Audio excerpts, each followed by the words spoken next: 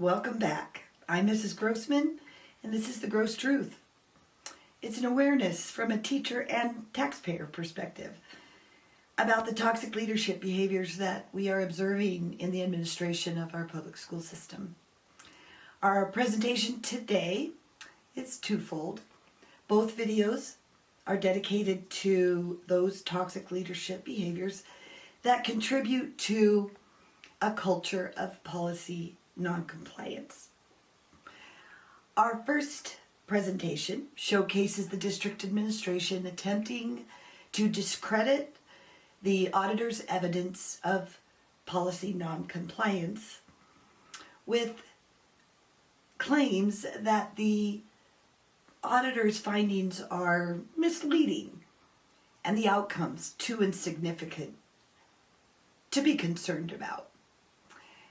So, without no further ado, our presentations take place on July 2025 at a BOE work session meeting. We call it the ripple effect of policy noncompliance. Take one. Yeah, I do think it's important to know as you read in the audit, specifically about the 75% the board member Thomas brought up, here's the things that were out of compliance. Lack of proof of a high school graduation, a food handler's permit, or transcripts from higher education. So I think that's important because the 75%, it's really blaring, but when you drill down and read the not even the fine print, when you read the paragraph of the audit, it's proof of a high school diploma, a food handler's permit, or higher education transcript. So I think that helps give us some direction on what we need to do, but it also helps clarify what that 75% really is.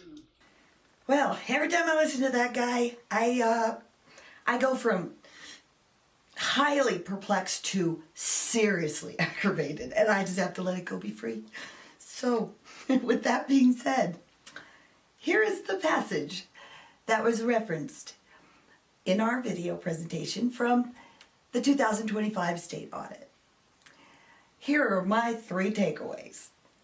First of all, with education being tax-driven, it seems unethical to allow unqualified people to retain a particular position that receives wages and benefits that position dictates. Secondly, the policy noncompliance for new hires has placed some very unqualified, ineffective people in very powerful positions like principal and directors, who then use that authority to maintain their control with fear and intimidation. And lastly, modeling behaviors are crucial in leadership. I mean, actions speak louder than words. Their disregard for ensuring that our tax dollars go towards hiring effective, properly educated for that position employees, it sends a message that our leadership devalues higher education and its significance in acquiring quality employees.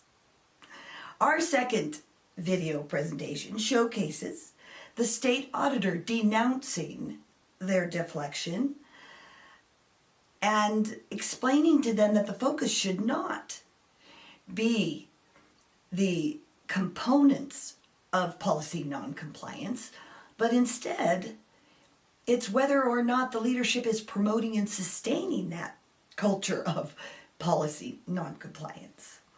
The auditor continues to strongly advise them to bring their collective efforts and prioritize the reversal of the culture of noncompliance before ever introducing interventions.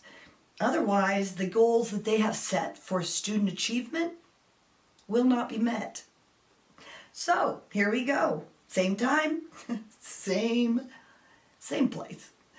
July 2025 BOE work session. Policy, non-compliance, the ripple effect, take 2. Whether it's a policy of something like a high school transcript or not, if policies have been followed, the culture is there. And that's the way we see it.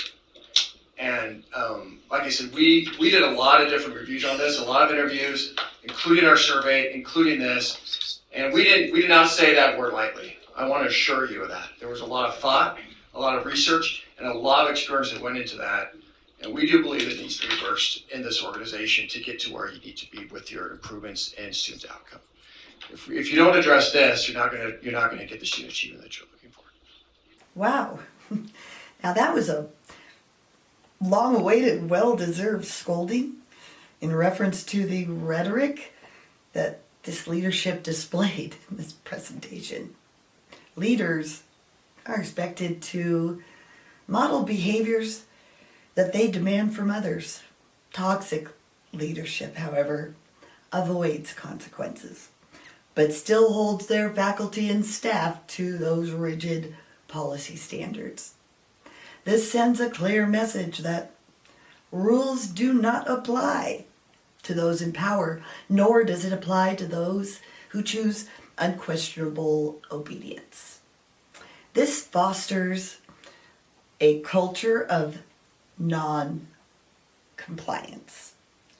It also fosters a reduction in morale, both of which are, drum roll please, the 2 key indicators to ineffective leadership. Even Mimi knows that policy compliance equals high morale equals effective leadership. So, my friends, thanks for hanging out, getting in the know with the gross truth. Until cyberspace brings us together again. So long for now. En route to more of the gross truth. Here's a sneak peek into our next video. What causes a contagious negative school climate but is not a pathogen?